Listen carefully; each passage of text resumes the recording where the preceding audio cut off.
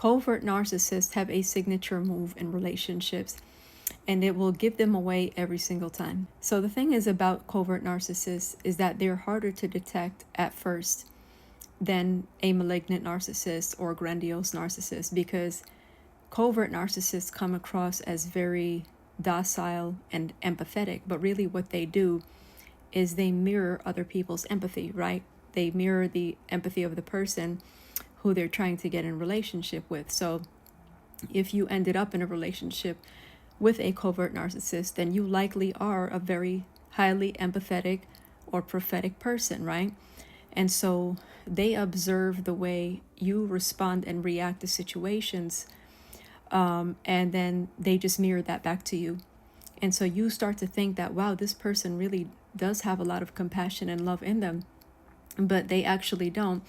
They're just reflecting your heart back to you.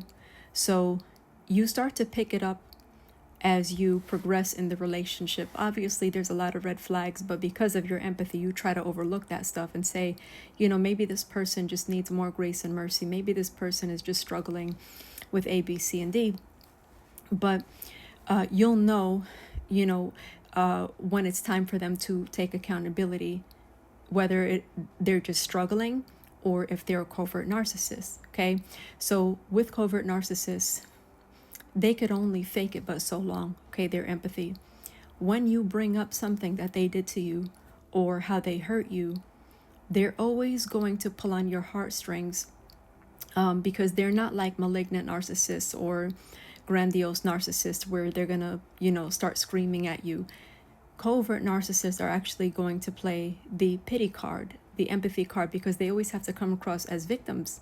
They have to pull on your heartstrings because they know you're compassionate and loving and empathetic and understanding, and that you actually want to know why they did it. You're trying to reason with them because you're a reasonable person. You love them and you want to see them through this problem, or get through this relationship with them, or get past this problem with them, right?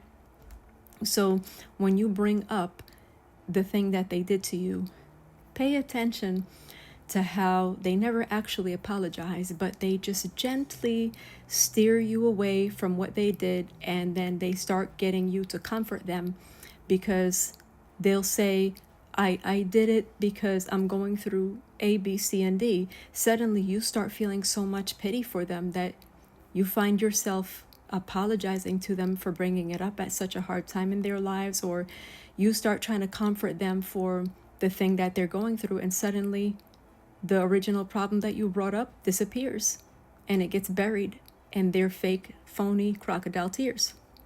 And they never actually apologize. They actually don't have the quality, they don't possess the quality in them to humble themselves and say, you're right, I did do that to you and I'm sorry, and I'm going to, work on that, or, not do that anymore, or improve on this behavior. They cannot acknowledge the bad behavior enough to actually apologize, because it triggers deep shame within them.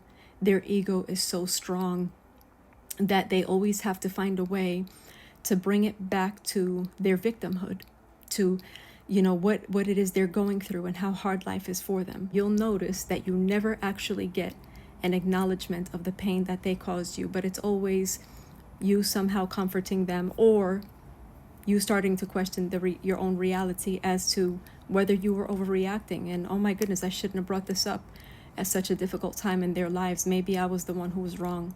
And you start gaslighting yourself, and you start avoiding bringing things up, and they know that. That's why they do it. They know that if they can pull on your heartstrings and play that violin long enough, then you just won't bring stuff up anymore, because they never actually want to take accountability.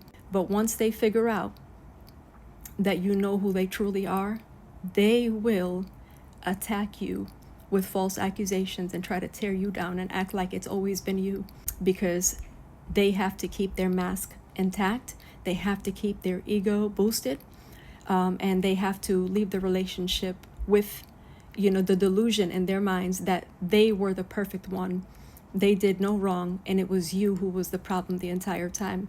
And then they steal your personality and your empathy to mirror in the next relationship that they get into. They never actually believe that they've done anything wrong to you.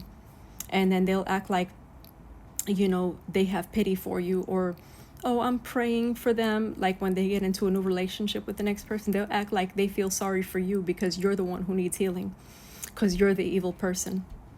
But eventually, everybody figures them out.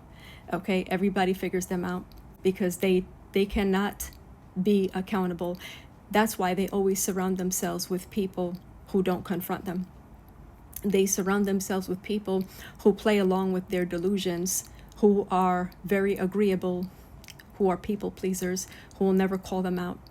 Okay, they like surface level connections, and they like fake people because they're fake. Okay, they're disingenuous people. So pay attention to these patterns, amen, and pay attention to the red flags with people, because God will always alert you in your spirit about people, amen. I love you all. God bless you in Yeshua's name.